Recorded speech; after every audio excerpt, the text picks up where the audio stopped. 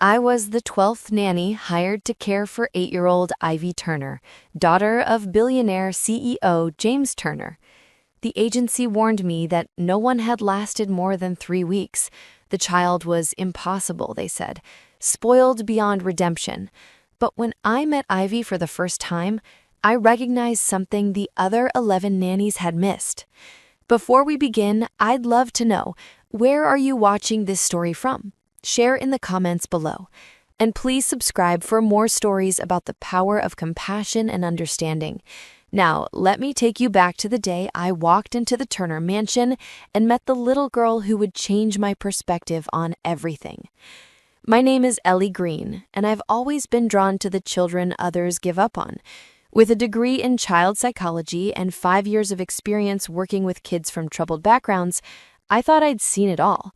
But when the Pemberton Nanny Agency called me about the Turner position, even I hesitated. "I'll be honest with you, Allie," said Mrs. Pemberton, the agency's director, her voice tight with frustration. "This is our most challenging placement. The child is difficult, extremely difficult. We've sent 11 nannies to that house in the past year and a half, and not one has lasted more than 3 weeks. What exactly makes her so difficult?" I asked, genuinely curious.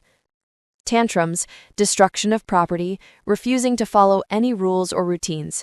She's thrown paint at nannies, hidden their belongings, even called the police once, claiming a nanny was kidnapping her.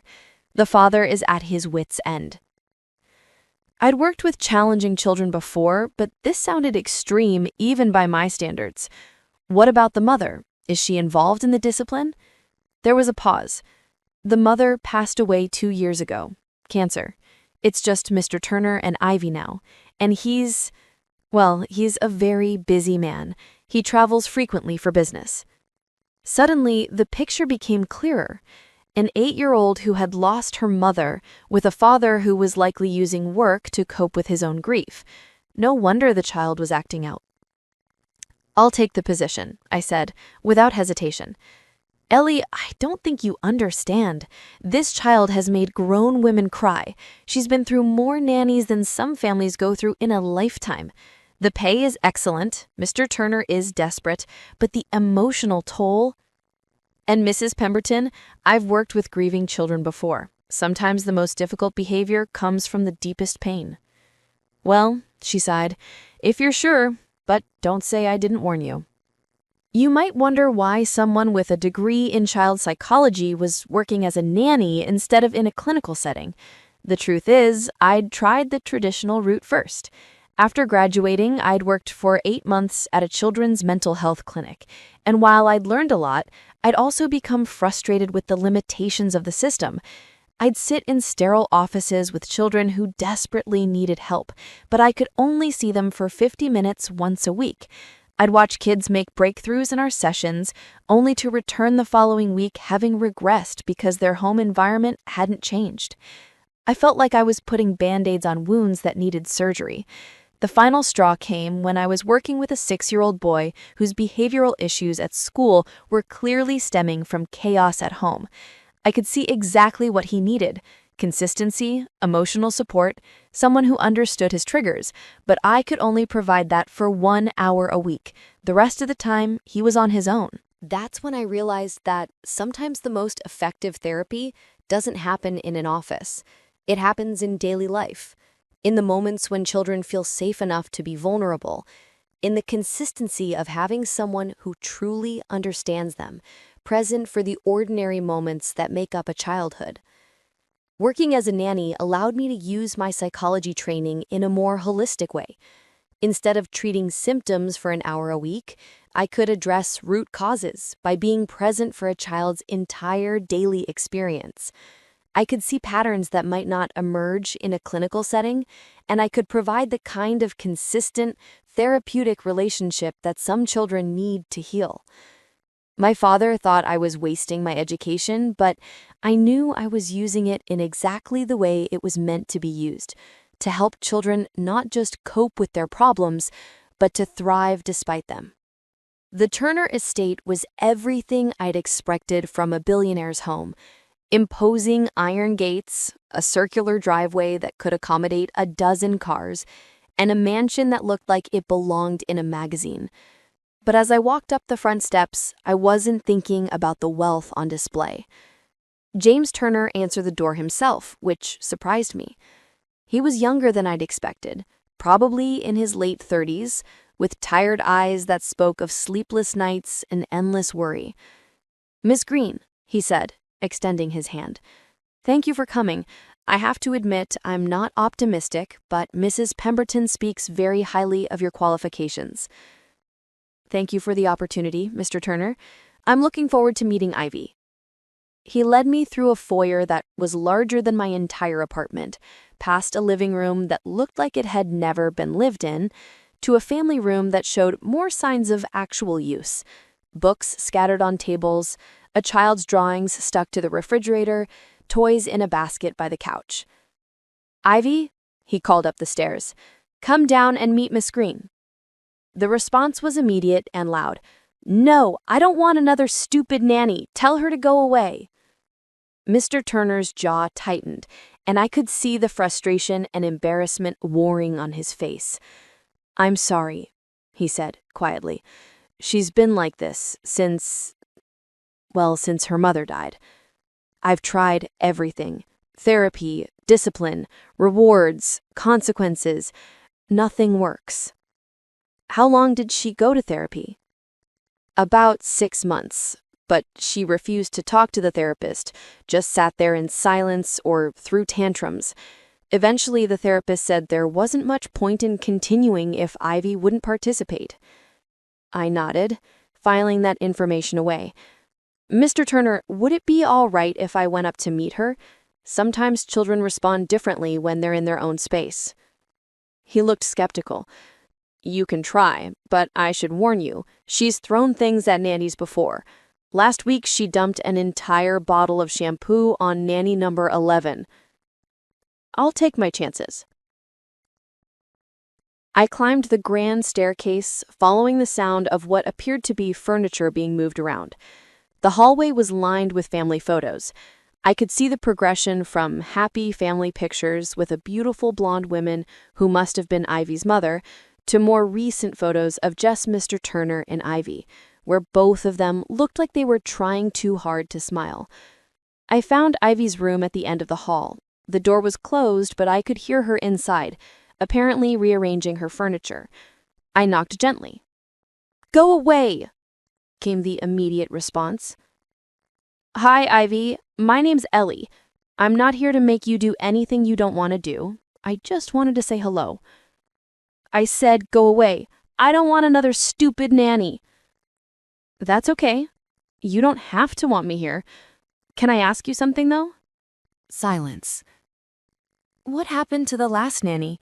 The one with the shampoo?" I heard a small giggle from behind the door, quickly stifled.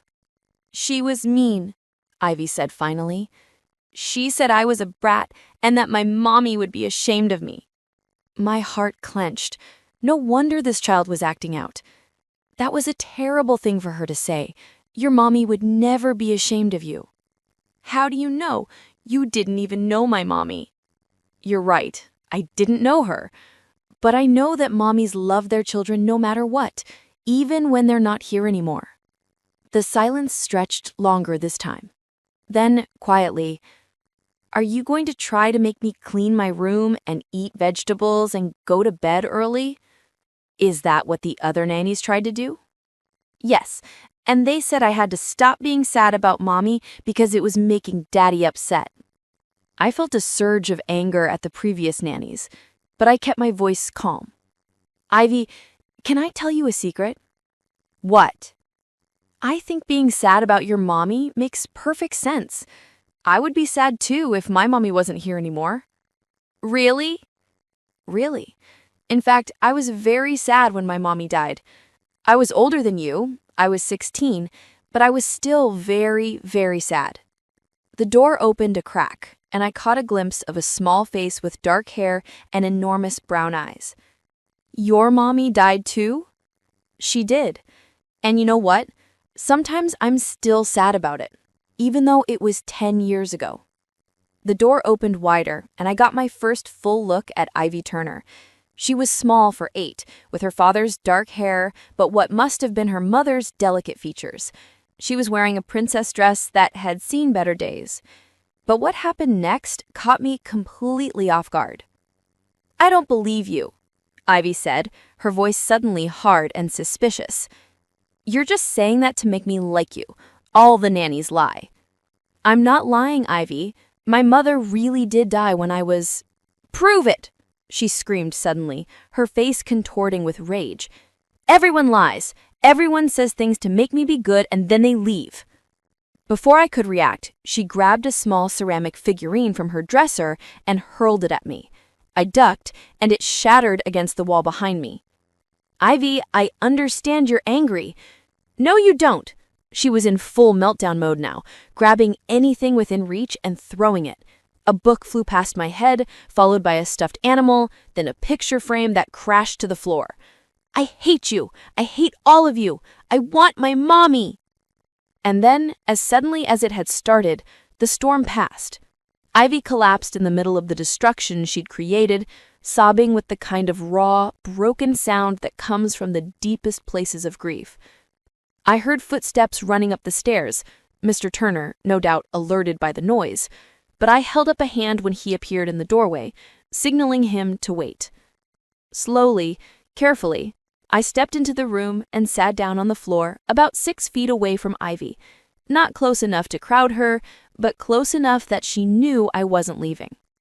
"I don't know if you're telling the truth about my mom, and you're right that other people have probably lied to you." Ivy's sobs quieted slightly, though she didn't look up. "And you're absolutely right that I don't understand everything. I don't understand what it's like to be you, or what it's like to lose your mommy when you're 8. She peeked at me through her fingers. "But I do understand what it's like to be so angry and sad that you want to break everything around you. I do understand what it's like to feel like everyone is lying to you, or trying to make you feel better with words that don't mean anything." "You do?" she whispered. "Well, I yelled at my dad a lot, and I told my teachers that I hated them even when I didn't really mean it. And I broke some things that were important to my dad too. I threw my dad's coffee mug against the wall because I was so angry that he was drinking coffee like everything was normal, when nothing would ever be normal again." Ivy sat up slightly, wiping her nose on her sleeve. "Did you get in trouble?" "Yes. But you know what my dad said to me afterward?" "What?" "He said, 'I understand why you're angry. I'm angry too. But next time you feel like breaking something, let's find something that's okay to break, so you don't hurt yourself or break something important.'" "Really?" "Really."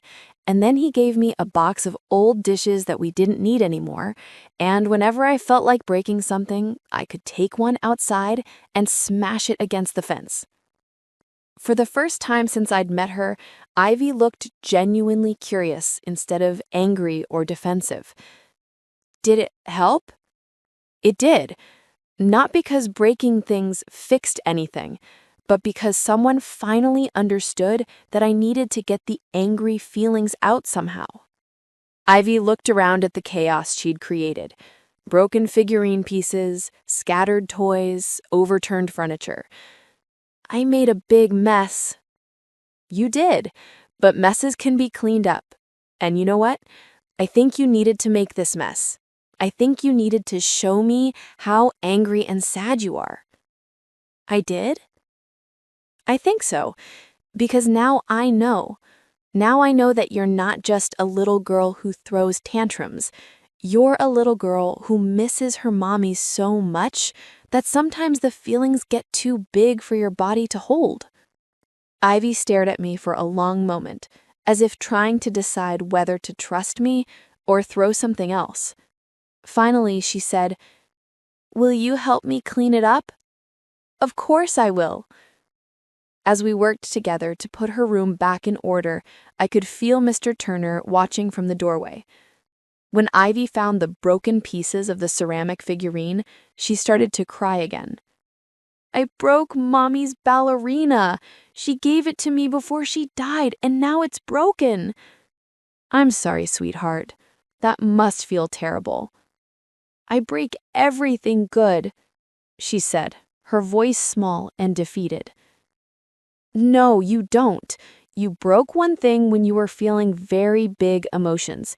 That doesn't mean you break everything good. But what if I do? What if I break you too? Ivy, I said, sitting down beside her with the broken pieces in my hands. People aren't like figurines. We don't break that easily. And even if we get hurt sometimes, we can heal. Promise? I promise. And you know what? Maybe we can fix this ballerina too. Sometimes broken things can be put back together in a way that makes them even more special. Okay. Do you like my room? I moved all the furniture around so it would be different. That's when I really looked around the room, and it broke my heart. Ivy had indeed rearranged all her furniture, but not randomly. She'd pushed everything, her bed, her dresser, her toy chest, against the walls, leaving the center of the room completely empty. It was like she'd created a barrier around herself, a fortress of furniture to keep the world out. This is very creative, I said, meaning it. You made your own special space in the middle. The other nannies said it was messy and made me put everything back. Well, I think it's interesting. Can you tell me why you wanted it this way? Ivy sat down in the center of her empty space, cross-legged on the carpet. Because when everything is pushed away, nothing can fall on me or break or disappear. The wisdom and pain in that statement took my breath away. This child had learned that the things and people she loved could disappear without warning, so she was trying to control her environment in the only way she knew how. I sat down across from her in the empty space. That makes a lot of sense. When things disappear, it's scary. Mommy disappeared, Ivy said matter-of-factly. Daddy said she went to heaven, but I think she just went away because I was bad. Oh, sweetheart, no. Your mommy didn't go away because you were bad. She got sick, and sometimes when people get very sick, their bodies stop working, even though they don't want to leave. But if I had been better, maybe she would have tried harder to stay. I felt tears prick my eyes. This little girl had been carrying the weight of imagined guilt for 2 years, and no one had helped her understand that her mother's death wasn't her fault. Ivy, can I tell you something very important? She nodded. When my mommy died, I thought it was my fault too. I thought that if I had been a better daughter, or if I had helped more around the house, or if I had told her I loved her more often, maybe she wouldn't have gotten sick. Was it your fault? No, it wasn't, and it took me a long time to understand that. Mommies don't die because their children are bad. They die because sometimes bodies get sick in ways that doctors can't fix, no matter how much love there is. Ivy was quiet for a long time, picking at the carpet. Finally, she said, "The other nannies said I needed to stop thinking about mommy and focus on being good for daddy. What do you think about that?" I think they were stupid. I don't want to stop thinking about mommy. If I stop thinking about her, I might forget her. You're absolutely right. You should never stop thinking about your mommy. Thinking about people we love who aren't here anymore is one of the ways we keep them close to us. Really? Really? Do you want to tell me about your mommy? What was she like? For the next hour, Ivy told me about her mother. She told me about how her mom used to make pancakes in funny shapes, how she would read 3 bedtime stories instead of 1, how she smelled like flowers and always knew exactly what to say when Ivy was scared or sad. She used to brush my hair every night, Ivy said, touching her tangled locks. 100 brushes. She said it would make it shiny like a princess. That sounds lovely. Do you still brush your hair? Daddy tries sometimes, but he doesn't know how. And the nannies just want to put it in a ponytail so it's out of the way. Would you like me to brush your hair? I could try to do it the way your mommy did. Ivy's eyes lit up. You would do that? Of course. Should we get your brush? As I gently brushed Ivy's hair, counting out loud to 100, just like her mother used to do, I could feel some of the tension leaving her small body. This wasn't about hair care. This was about connection, about honoring her mother's memory, about showing Ivy that the things her mother did for her were important and worth continuing. Ellie? Ivy said when I finished. Yes? Are you going to leave like the other nannies? I'm going to try very hard to stay, if you'll let me. What if I'm bad? What if I have tantrums or break things? Then we'll figure out together why you're feeling upset, and we'll find better ways to handle those big feelings. You won't tell me I'm a brat? Never. You're not a brat, Ivy. You're a little girl who misses her mommy very much, and that's completely normal and okay. When Mr. Turner came to check on us an hour later, he found us sitting on Ivy's bed, looking through a photo album of her mother. Ivy was curled up against my side, pointing out pictures and telling me stories about each one. She's never, he started, then stopped, staring at us in amazement. She's never let any of the other nannies look at those pictures. Daddy, Ivy said, jumping up. Ellie's mommy died too, just like mine did, and she said it's okay to be sad, and it's okay to think about mommy. Mr. Turner's eyes met mine over Ivy's head, and I saw something shift in his expression. Surprise, relief, and maybe the first glimmer of hope he'd felt in a long time. Is that so? He said, sitting down on the bed next to us. What else did Ellie tell you? She said that I'm not a brat. I watched Mr. Turner's face as his daughter spoke, and I could see the moment he realized that Ivy was not as difficult as he thought. The pain and guilt that crossed his features told me he'd been so lost in his own grief that he'd missed his daughter's. Over the next few weeks, I settled into a routine with Ivy that was unlike anything the previous nannies had attempted. Instead of trying to impose structure and discipline, I focused on helping her process her grief and find healthy ways to express her emotions. We created a memory box for her mother, filling it with photos, letters, and small mementos. We planted a garden in the backyard with her mother's favorite flowers. We established bedtime rituals that honored her mother's memory while creating new traditions. Most importantly, we talked. Every day we talked about feelings: sadness, anger, fear, confusion. I taught Ivy that all feelings were okay, but that there were good ways and not so good ways to express them. When you feel angry, I explained one day after she'd had a small meltdown over a broken toy, it's okay to feel that way, but instead of throwing things or yelling, what are some other things you could do? I could tell you I'm angry. That's a great idea. What else? I could draw an angry picture? Perfect. Or you could punch a pillow or run around the backyard or do jumping jacks. There are lots of ways to get angry feelings out without hurting yourself or other people or breaking things. The tantrums didn't stop immediately, but they became less frequent and less intense. More importantly, Ivy started coming to me when she felt upset, instead of bottling up her emotions until they exploded. Ellie, she said one afternoon, finding me in the kitchen where I was preparing her snack, I'm feeling sad about Mommy today. Thank you for telling me, I said, sitting down at the table with her. Do you know what's making you feel extra sad today? Tommy at school said his mommy is coming to the school play next week, and I remembered that my mommy can't come to my school play ever again. That must have felt really hard to hear. It did. And I wanted to push Tommy, but I remembered what you said about angry feelings, so I came to tell you instead. I'm so proud of you for making that choice. What would help you feel better right now? Can we look at the picture of Mommy at my last school play? Of course we can. These moments of connection and emotional honesty were transforming Ivy from a child who expressed everything through destructive behavior into a little girl who was learning to identify and communicate her feelings. But the real breakthrough came 6 weeks into my employment, when Mr. Turner returned from a business trip to find a very different household than the one he'd left. He arrived home on a Friday evening to find Ivy and me in the kitchen, making dinner together.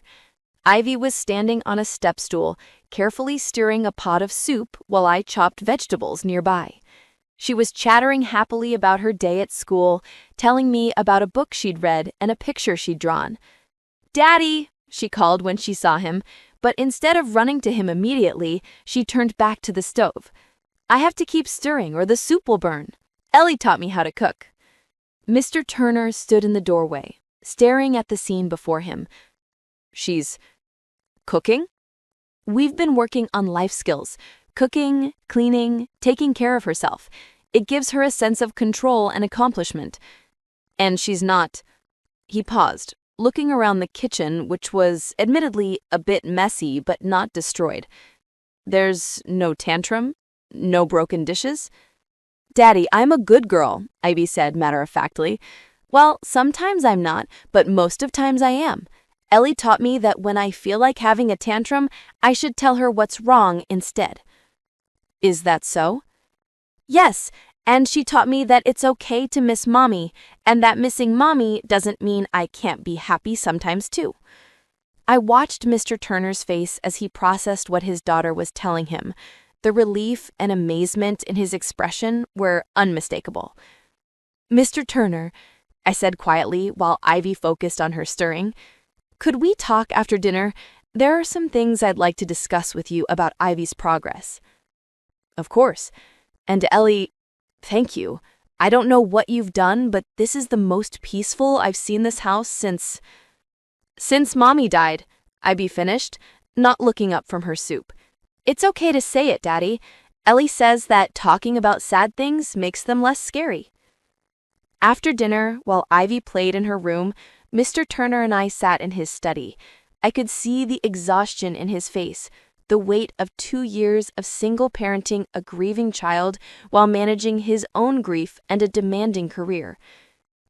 "I need to ask you something. What did you do that 11 other nannies couldn't? How did you get through to her?" I listened to what her behavior was telling me instead of just trying to stop the behavior. Ivy wasn't acting out because she was spoiled or disciplined. She was acting out because she was drowning in grief and guilt that no one had helped her process. Guilt? She blamed herself for her mother's death. She thought that if she had been a better child, her mother would have tried harder to stay alive. Mr. Turner's face went pale. "She never told me that." Children often don't have the words to express those kinds of complex feelings. Instead, they express them through behavior. The tantrums, the destruction, the refusal to bond with new caregivers. It was all her way of saying, "I'm in pain and I don't know how to handle it." But we tried therapy. Sometimes children aren't ready for formal therapy right away. Sometimes they need to feel safe and understood first. Ivy needed someone to validate her feelings and help her understand that grief is normal and healthy, not something to get over quickly. Mr. Turner was quiet for a long time, staring out the window at the garden where Ivy and I had planted her mother's flowers. "I failed her, didn't I?" "You didn't fail her, you were grieving too, and you did the best you could with the tools you had. But Mr. Turner, I think Ivy isn't the only one who needs to process this loss." "What do you mean? When was the last time you talked about your wife? When was the last time you allowed yourself to grieve instead of just staying busy with work?" His laugh was bitter. "I don't have time to grieve. I have a company to run and a daughter to raise." But staying busy doesn't make the grief go away. It just postpones it. And children are very perceptive. Ivy can sense that you're avoiding your own pain, which makes her feel like she needs to avoid hers too. So what are you suggesting? I think you should consider therapy for yourself. And I think you and Ivy should spend more time talking about her mother together. She needs to know that it's safe to miss her mom around you, that she doesn't have to protect you from her grief. I don't know how to talk to her about it. Every time she mentions her mother, I feel like I'm going to fall apart. That's okay. It's okay to cry in front of your daughter. It shows her that grief is normal and that you miss her mother too. Over the following months, I watched the Turner family slowly heal. Mr. Turner started therapy and began working fewer hours, spending more time at home with Ivy. They established new traditions while honoring old ones. They visited her mother's grave together on her birthday. They cooked her favorite meals on special occasions, and they talked about her openly and honestly. Ivy continued to thrive. Her tantrums became rare, and when she did have difficult moments, she had the tools to communicate what she was feeling instead of just acting out. She made friends at school, participated in activities, and slowly began to trust that the people she loved wouldn't disappear without warning. "Ellie," she said one evening as I was tucking her into bed, "I'm not sad about Mommy today." "That's okay. You don't have to be sad every day." "I know, but I wanted to tell you because I used to think that if I wasn't sad, it meant I was forgetting her. But now I know that I can be happy and still remember her." "That's exactly right. Your mommy would want you to be happy." "I think she would like you," Ivy said thoughtfully. "I think she would be glad that you came to take care of me. I think she would be proud of how brave and strong you've become." A year and a half after I started working for the Turner family, Mr. Turner called me into his study for what I thought would be a routine check-in about Ivy's progress. "Ellie," he said, "I need to tell you something. I've been offered a position that would require us to relocate to London for 2 years." My heart sank. I'd grown to love this family, and the thought of leaving them felt devastating. "I wanted to ask you if you would consider coming with us. You've become such an important part of our lives, and I can't imagine Ivy having to adjust to a new caregiver again, especially with such a big move." "You want me to come to London?" "I want you to come wherever we go. Ellie, you saved my daughter. You saved our family. I know that being a nanny wasn't supposed to be a permanent career for you, but I hope you'll consider staying with us long term. We'll pay for you to continue your education if you want, support whatever goals you have, but please, don't leave us." I looked at this man who had learned to be vulnerable, to grieve openly, to put his daughter's emotional needs above his own convenience. I thought about Ivy, who had transformed from an angry, destructive child into a confident, emotionally intelligent little girl who knew how to ask for what she needed. "Mr. Turner," I said, "I can't think of anything I'd rather do than continue being part of Ivy's life." True to his word, Mr. Turner supported my continued education throughout our time together. While caring for Ivy, I completed my master's degree in child psychology through online courses and weekend intensives. The Turner family adjusted their schedule to accommodate my studies, with Mr. Turner often taking over bedtime duties when I had evening classes or exams.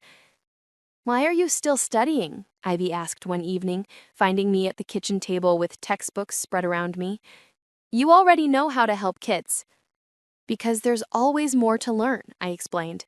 "Every child is different, and I want to make sure I have all the tools I need to help them." "Are you learning about kids like me?" "I'm learning about all kinds of kids. Kids who are sad, kids who are angry, kids who are scared, kids who have trouble making friends. The more I learn, the better I can help." My studies took on new meaning as I applied theoretical concepts to real-life situations with Ivy. I wrote my master's thesis on attachment and grief in early childhood, drawing heavily on my experiences with the Turner family while maintaining their privacy and anonymity.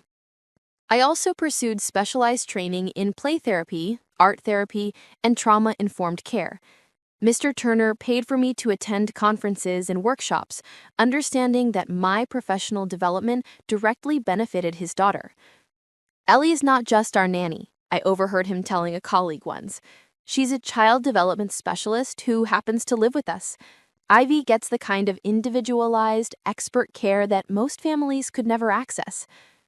During our time in London, I connected with child psychologists at Great Ormond Street Hospital, observing their work and learning about different therapeutic approaches.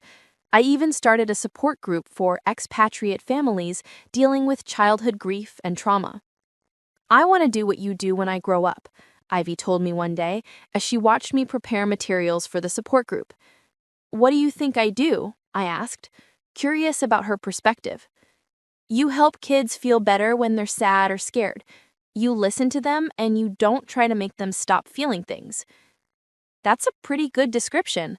Would you like to help kids someday? Maybe. Or maybe I'll help grown-ups who don't know how to help kids, like Daddy before you came. Her insight never ceased to amaze me. At 11, she had a sophisticated understanding of emotional intelligence that many adults lacked. She still misses her mother, and probably always will. But she's learned that grief and joy can coexist, that loving someone who's gone doesn't mean you can't love the people who are here. Mr. Turner has remarried, a wonderful woman named Jordan who understands that she's not replacing Ivy's mother, but adding to their family. Ivy was the one who suggested that Jordan and her father should get married, and she helped plan the wedding. "I think Mommy would like Jordan, and I think she would be happy that Daddy isn't sad all the time anymore," she told me as we picked out flowers for the ceremony. As for me, I've discovered that sometimes the most important work we do isn't the career we planned, but the life we stumble into when we follow our hearts instead of our expectations. I never intended to become a permanent part of the Turner family, but I can't imagine my life any other way.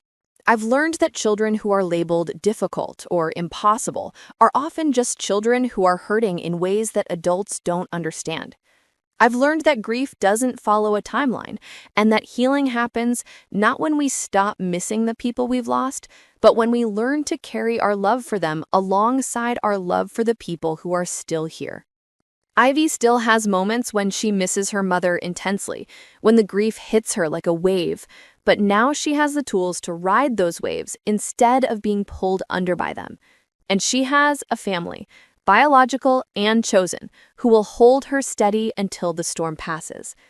The little girl who once pushed all her furniture against the walls to protect herself from loss has learned that love is worth the risk of losing it.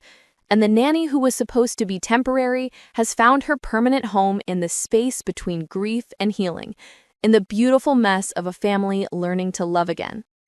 An absolutely powerful story about seeing beyond difficult behavior to the pain underneath, and how sometimes the most challenging children are the ones who need us most.